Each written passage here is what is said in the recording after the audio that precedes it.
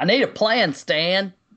Get off the Well, bus, Gus. I can think of a few things to get off of too, to get all this stuff done. Yeah. You're listening to the Help Me with HIPAA podcast, where HIPAA and humor collide to make learning fun. Your delightful hosts are Donna Grindle and David Sims. Relax, HIPAA help is on the way. Well, good afternoon, Donna. Hello, David. How's it going? We're going along. Moving along well. Good, because today we're going to dive into a multi-part episode, actually the first multi-part episode we've had, and we're going to cover 10 misconceptions or myths around HIPAA.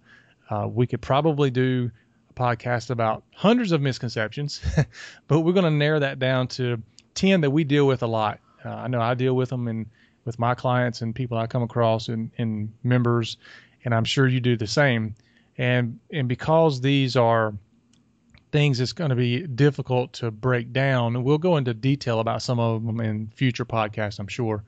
But to just dive into what some of these are and to give the listeners an idea of why these are misconceptions, I figured we could just pick 10 and go from there. So let's see if we can maybe hit the first 3 today, and then we will do the next podcast on the next 3 and maybe top it off with the last 4. How's that sound?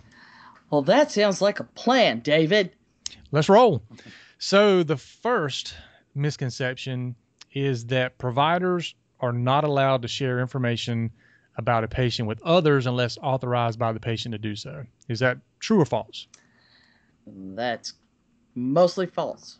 They have an initial authorization that you have to get when the patient comes in to see you, and a patient can ask for limitations, but as a general rule, once the patient has come in and filled out their paperwork and done all the standard work, then a provider has some flexibility to share information as long as it's in the best interest of the patient, or in the process of doing business, like for treating the patient or getting payment or running their business. There's certain things that they don't have to get additional authorization from the patient.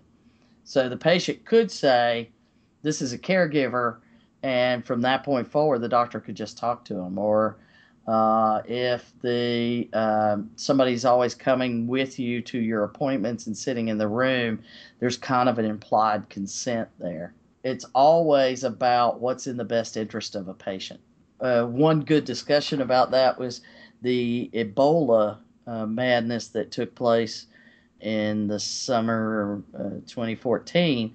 And they're releasing all of this information in the media, the patient's name, what their status is, where they are. We're even watching them get out in their little white suits and barely able to walk their way into the hospital here in Atlanta where they were being treated. And there was a lot of discussion about, well, wait a minute, what about their privacy rights? What about that? And sometimes if it's directly relevant to the people around, then it's okay. So when the whole family had been exposed in the case in Texas, they had to tell everybody that had been exposed, you have the potential and we have to put you in quarantine. So the the good of the many outweigh the needs of the few? Yeah, and you have to do what's right for the patient. And if the patient can always object and say, I don't want you to tell them, but if the patient never tells you that, yes, while my husband or boyfriend comes with me to every obstetrician appointment when I'm pregnant, and they're in there for every single discussion, yet you want something kept private, you have to tell the physician that, or they're going to have a certain level of implied consent because they're always there. Mm-hmm. Right. So HIPAA doesn't say, oh, you can't talk to anybody. And I hate more than anything when somebody uses, well, I can't do that because of HIPAA. I can't take care of that for you because of HIPAA. And it's just not true. HIPAA has a lot of nuances and different environments, and most people just use it as an excuse so that they don't have to even deal with any potential decisions, and that's just wrong. So what about we talked a little bit about the Ebola thing. What about when it comes down to reporting things? Like, let's say if somebody went into the hospital with, marks on them, or took a kid into the hospital, and that hospital personnel has to contact law enforcement. I mean, that doesn't violate their HIPAA rights either. Is that correct? Right, because it's, again, has to do, there's a certain level where it becomes in the best interest of the patient for them to notify authorities, and law enforcement has a certain ability to override HIPAA in some areas, but that doesn't mean just because you're a police officer you can come in and get all the details about a patient at any time. If there's a car accident and they don't know who the person is, they can't get an identification, there's a lot of things that take place trying to make sure it's in the best interest of the patient for someone to be notified that this is happening. And that's what becomes the most important thing.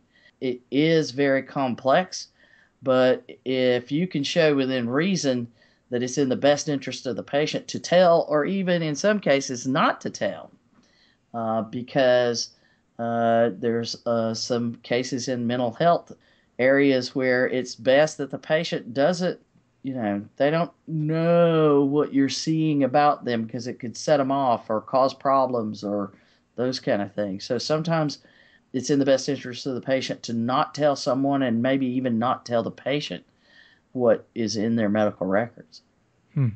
That's interesting.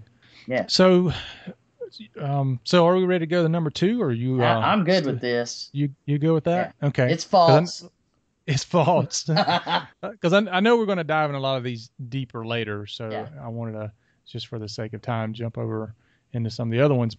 Okay. So the second myth we're going to cover is the security risk analysis is optional for small providers and business associates. So is that true or false? Well, the definition of a myth, and because we're covering a myth, is a widely held but false belief or idea. So we're going to go with it's false. David, what do you think? I don't even understand how people can misconstrue that as being optional. I really don't. It blows my mind. And why do you have a problem? Why do you see it so obvious? I just want to hear, I know why I see it's obvious. Why do you see it's obvious? Well, when I look at the regulation, right out beside it, it says required. It doesn't say optional, or unless you're a small provider, or unless you're a business. It's required. Yeah. Well, the law says that all covered entities and business associates must follow the security rule. And like the first element in the security rule of what is required is a security risk analysis. So this idea of I'm too little, or it's only for covered entities and not business associates, I can just do my stuff, it's just wrong. And there are so many people that don't even understand they're supposed to do one, much less have one or understand how to have one. Mm-hmm. So it is a huge misconception. Right. I think maybe sometimes, I'm just talking from my experience, sometimes it doesn't make sense to certain business associates when they don't understand how patient information necessarily flows through their business. For instance, in my IT company, we don't have PHI that flows through our business at all, but we come across PHI, we have access to PHI. It just doesn't actually flow through our network. And so I could see where somebody can look at it and say, I don't really understand where the security risks are because we don't store it. We don't have it actually coming through our systems and all that. I can see where that might be a misconception, but that's still having to stretch it. Well, but when you look at what is required, and you're supposed to be able to identify anything that could prevent or affect the CIA, as I call it, the confidentiality What's the integrity and availability. Yeah, way to go, Dave. So I got it. Yeah, but yeah, I mean I see that definitely, and I guess sometimes when you know something as well as we do, it's hard to understand how other people can't understand that. Right. Yeah.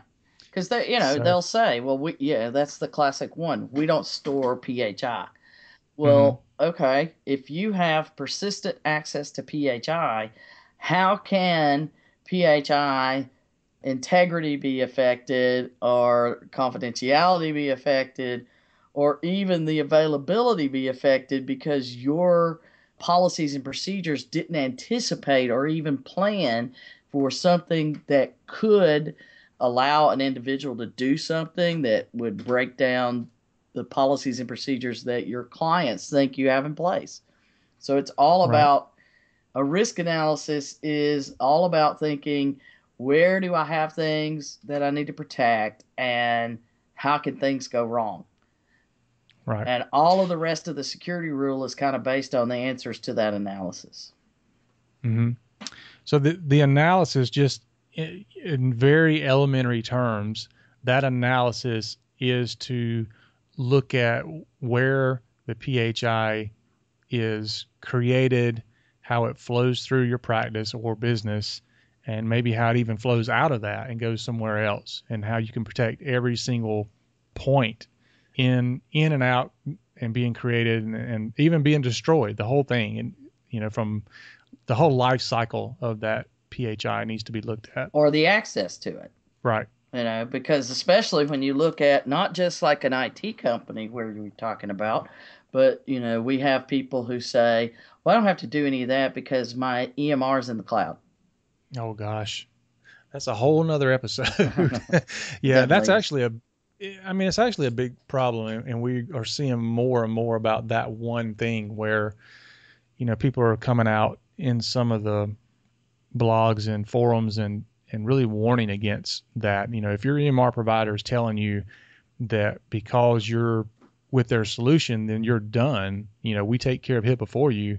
That's not the case. They may take care of a portion of HIPAA, but there's nothing or no one that's going to take care of every part of HIPAA for you. Right. And your risk analysis is how you figure that out. Right. So that's why it's not optional. All right. So we'll have to check that one off as false. Yes, another falsehood in our list of myths. All right. So let's roll on to number 3. A checklist will suffice for the risk analysis requirement. So would you say that is true or false? False. It is false. So why can you not just use a checklist? That doesn't make any sense to me, Donna. Well, of course, I'm being crazy when I say that, but yeah, that's actually a question we get a lot. Yeah, a checklist are elements that can be used to inform your risk analysis, but to simply do a checklist doesn't identify all the pieces and parts that need to be involved. If you look at the OCR guidance on what a risk analysis involves, there's 3 main elements. You identify where PHI is created, received, maintained, or transmitted within your office and your organization. So you're looking at not only what you're storing when you think about like your main storage, but also places like, is it downloaded to individual machines? Is it stored on USB drives? Is it on mobile devices? Is it in the cloud? And you identify where all of that is. That's step number 1. And then you look at what are all the human, electronic, and environmental threats to that PHI that I can dream up. And no matter how obscure it is, if you've got it down and then you say, you know what, we've evaluated that, but we are going to accept that risk because we think it's so low. It's the kind of documentation you're supposed to do, is to show you've thought about it. You review then all of the things you're currently doing and say, okay, here's all the PHI we have, and here's all the things we can imagine that could go wrong. What are we doing to make sure that we mitigate the things that could go wrong that we've identified as something we should worry about, not just something we should ignore. So you can't do that in a checklist, or at least I couldn't. Could you? No. I mean, I think that we can use a checklist to, just to make sure things are being done, but, certainly applying it to the whole of the regulation is not gonna happen. Right. So just to do the risk analysis, you could have a checklist of places for you to evaluate whether or not you have PHI to worry about, and that'd be great, but you better make sure you've thought through others. And you could have a checklist of elements that could go wrong, but you better make sure you've thought about things. If I get a checklist, here I'm in the South and I make a checklist for my organization, I'm not going to worry about a roof falling in from snow. I'm just not. Right. But you live in Texas, you might want to worry about floods right now. Yeah, and the flooding and where my office is.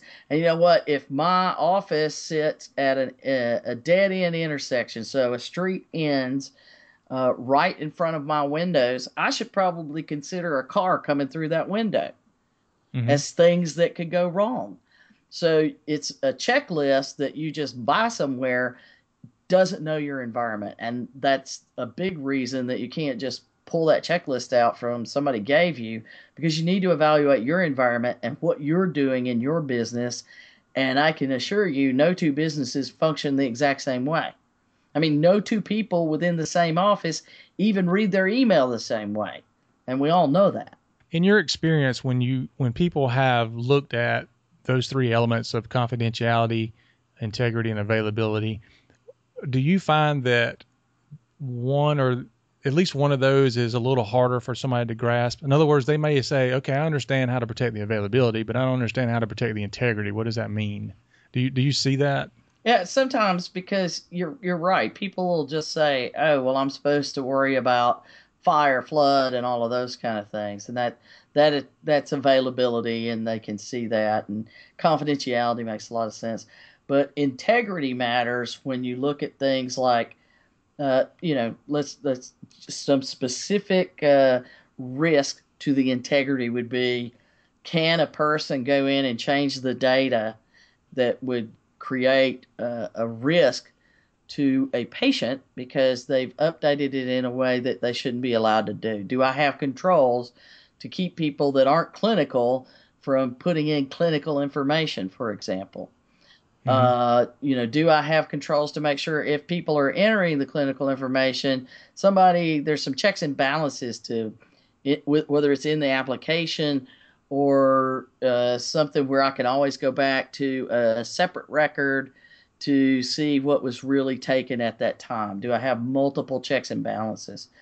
And then another really important thing that can happen is, if I'm not backing it up properly and my database gets corrupted, there I have lost the integrity, because maybe I can get part of it back, but now I'm not sure I got all of it back.